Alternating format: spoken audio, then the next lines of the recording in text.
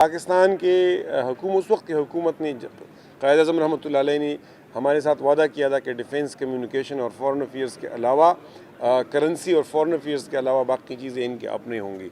لیکن ظاہر رفتہ رفتہ پاکستان کا نظام یہاں ایکسٹینڈ ہوا۔ ٹیکسیشن جو ہے وہ آخری چیز ہے، باقی چیزیں تو ہم نے ہماری ممبران نے اسمبلی کے اندر ایکسیپٹ کر دی ہے، لیکن ظاہر یہ ایک ایسی ایشو ہے کہ جس پہ ہم اس کو رجسٹ کریں گے۔ ہم سمجھتے ہیں ملاکن ڈویژن کے سوشیو اکنامک انڈیکیٹرز اس قابل نہیں ہے۔ ہماری لٹریسی،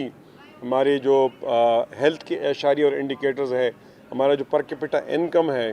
ہمارے ہاں جو ڈیولپمنٹ کی سٹیٹس ہے، ہمارے ہاں جو ان امپلائمنٹ کی سٹیٹس ہے، ہمارے ہاں جو انڈسٹریلائزیشن کی سٹیٹس ہے، وہ اس قابل نہیں ہے کہ ہم اس وقت ٹیکس دے سکیں۔ ہم حکومت سے مطالبہ کرتے ہیں اور حکومت کو بتانا چاہتے ہیں کہ پوری دنیا کے اندر اس قسم کی مارجنلائزڈ ریجن جو بارڈرز کے اوپر ہوتے ہیں، ٹیلنٹ پہ ہوتے ہیں، جو مختلف وجوہات کی بنیاد پر انڈر ڈیولپڈ رہتے ہیں، پسماندہ رہتے ہیں، مثلا ملاکن ڈویژن کے اندر ملیٹنسی رہی، ملاکن ڈویژن کے اندر یہاں کے ریسورسز کو پوری طرح ایکسپلائٹ اور ٹیپ نہیں کیا گیا۔ ملاکن ڈویژن افغانستان کے ساتھ بارڈر پہ ہے، ہم نے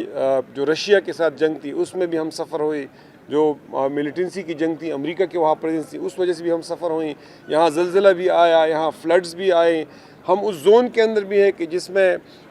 فریکوینٹ فلڈنگ ہوتی ہے، اور اس سارے وجوہات کی بنیاد پہ ملاکن ڈویژن کے اندر حکومت نے انڈسٹریلائزیشن نہیں کی۔ سچی بات یہ ہے کہ حکومت نے خود وہ وسائل فراہم نہیں کی جس کی بنیاد پہ ہم اس قابل ہو کہ ہم ٹیکس دے سکیں۔ تو اس لیے پوری دنیا کے اندر کچھ ریجنز کو کچھ وقت کے لیے اس وقت اس کی حکومتیں، ریاستیں خصوصی حیثیت دیتی ہے۔ ملاکن ڈویژن کی ٹیکس سے استثناء کو بھی کنٹینیو رکھا جائے، اور میں وفاقی حکومت کو خبردار کرنا چاہتا ہوں، اور ساتھ ساتھ یہاں کے جو الیکٹڈ ریپس ہیں ان کو بھی بتانا منتخب نمائندوں کو بھی بتانا چاہتا ہوں،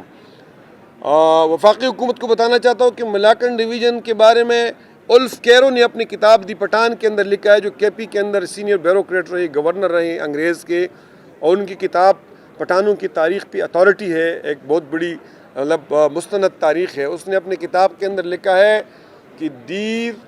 بنیر اور سوات کے لوگوں نے نہ کابل کو ٹیکس دیا ہے اور نہ دہلی کو ٹیکس دیا ہے، اس لیے ان سے ٹیکس لینا کوئی آسان کام نہیں ہے۔ تو میں ان کو وارن کرنا چاہتا ہوں۔ دوسری، میں ان کو بتانا چاہتا ہوں جو یہاں کے منتخب نمائندے ہیں کہ اگر آپ نے اسمبلیوں کے اندر لوگوں کی نمائندگی نہیں کی اور ٹیکس کے ایکسٹینشن کو آپ نے ریزسٹ نہیں کیا تو لوگ آپ کے گھروں کا محاصرہ کریں گے، لوگ آپ کے گھروں کے سامنے جائیں گے۔ یہ آپ کی رسپانسبلٹی ہے، لوگوں نے آپ کو اس کام کے لیے بھیجا ہوا ہے۔ جماعت اسلامی ٹریڈرز کمیونٹی کے ساتھ مل کے اگر ٹیکس ایکسٹینشن کی